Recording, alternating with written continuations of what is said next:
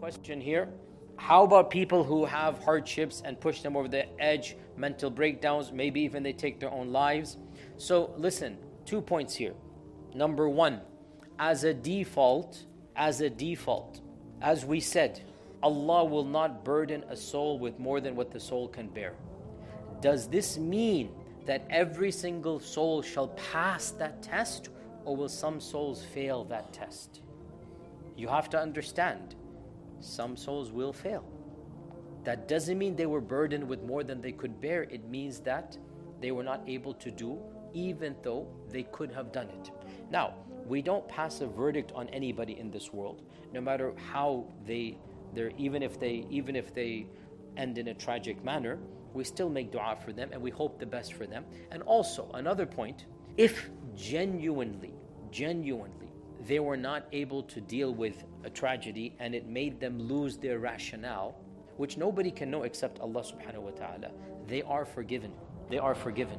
If a person is mentally unstable and they do something because they're mentally unstable, we don't know that. And as the Prophet ﷺ said, the pen has been lifted from the one whose aql is gone. There's no liability. And so in this world, there is no judgment on a human being. There's a judgment on the action. And if somebody did an action that was wrong, we'll say that action was wrong. But we do not pronounce a verdict on the person. We leave their affair to Allah subhanahu wa ta'ala. So your job is to monitor yourself. Your job is to make sure you pass the test. Don't pass verdicts on other people. You do the best you can, and you have to realize Allah is not putting on you a burden of more than what you can bear. So qadr is willed by Allah. How about the evil eye? Is that a part of qadr? So yes, so basically qadr is willed by Allah. So therefore everything that happens is willed by Allah, but we do not ascribe it to Allah. Again, the technical issue, nothing happens in this world except that Allah has willed it. However, as I explained to you last class or 2 classes ago, there are 2 types of will of Allah. There is a will that He wants and is pleased with. Allah has decreed that you worship Him. And then there is a will that occurs, but He's not necessarily pleased with it. So we differentiate between those 2 types of wills. The fact that Allah has willed it does not mean that Allah is pleased with the ramifications of everything.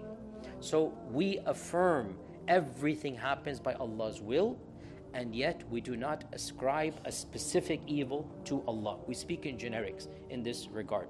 Question here, when you mention that you should have sabr, does this mean you cannot weep or cry or become emotional, or does that need to be limited? No, so we're going to talk about this. Well, actually we're not going to talk about this because that's a separate topic. Sabr does not mean that you do not get emotional. Sabr means that you control your tongue to only say what Allah is pleased with, number one. And number two, you control your actions to act with dignity and decency. Sabr has nothing to do with crying. Sabr has nothing to do with tears. Sabr has nothing to do with grief. Yaqub was patient, and yet he cried so much that he went blind. Yaqub was patient, but he cried for 25 years non-stop. Sabr has nothing to do with crying. Sabr has nothing to do with grief of the heart. Sabr has to do with controlling the tongue. Controlling the tongue means you only say what Allah is pleased with. So, for somebody to say, astaghfirullah, why is this happening to me? It's not fair. Oh Allah, why are you doing this to me? That is a lack of sabr. That is potentially kufr. Or for somebody to lose control and start wailing. Now, wailing, we have to be technical here. We use the term wail as a loud cry. That's not the wailing that is prohibited in the Sharia. The wailing that is prohibited in the Sharia is a custom that is still found in some Far Eastern civilizations, in which people would say specific phrases that are essentially blasphemous. So for example, they would hire professionals. It still happens in some cultures. You hire professionals to wail.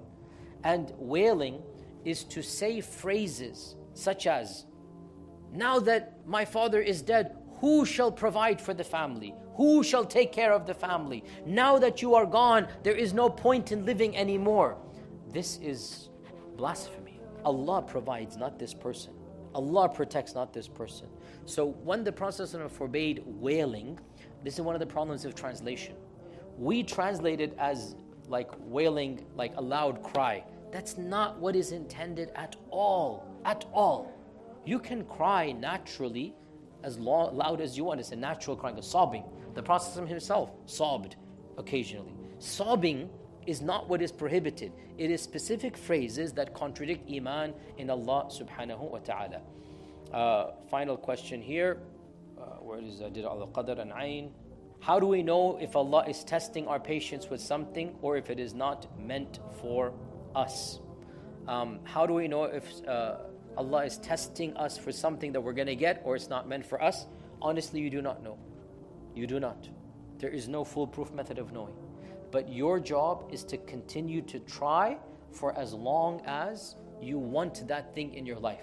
Even if you never get it and you die, you will continue to make dua for it. Or it doesn't happen and it's impossible for it to happen, then you stop making dua for it. You never lose hope in Allah. So, simple example, and may Allah protect Allah. I'm giving these examples, these are difficult examples, but suppose somebody's suffering a terminal disease. You are a loved one. You will hope for a miracle, and you will make dua for a miracle, and you will continue to pray and pray and pray, and doesn't matter what the doctors say, your niyyah will be, inshallah, Allah will give me a miracle. Now, if it so happens a miracle doesn't happen, at that stage you will accept Allah's qadr and decree. But you don't know before that happens.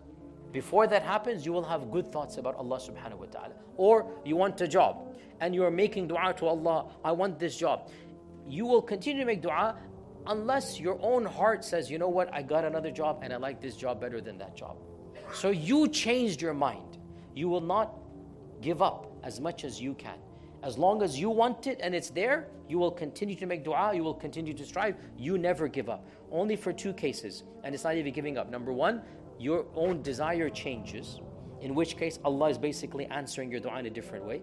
And number two, what you asked for is now no longer possible. You want it's a miracle to happen, the person passed away. So you understand, so you accept Allah's qadr.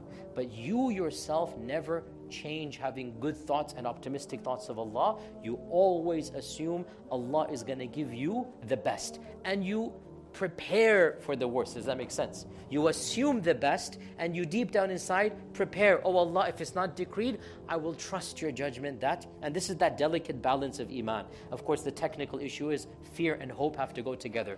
You hope for the best and you fear the worst. This is in the Qur'an. Quite literally, we'll go over this later on. You hope for the miracle, but you are fearful if it does not happen, inshallah. And with this, it is time for the iqamah. So inshallah, I will see you all next Tuesday.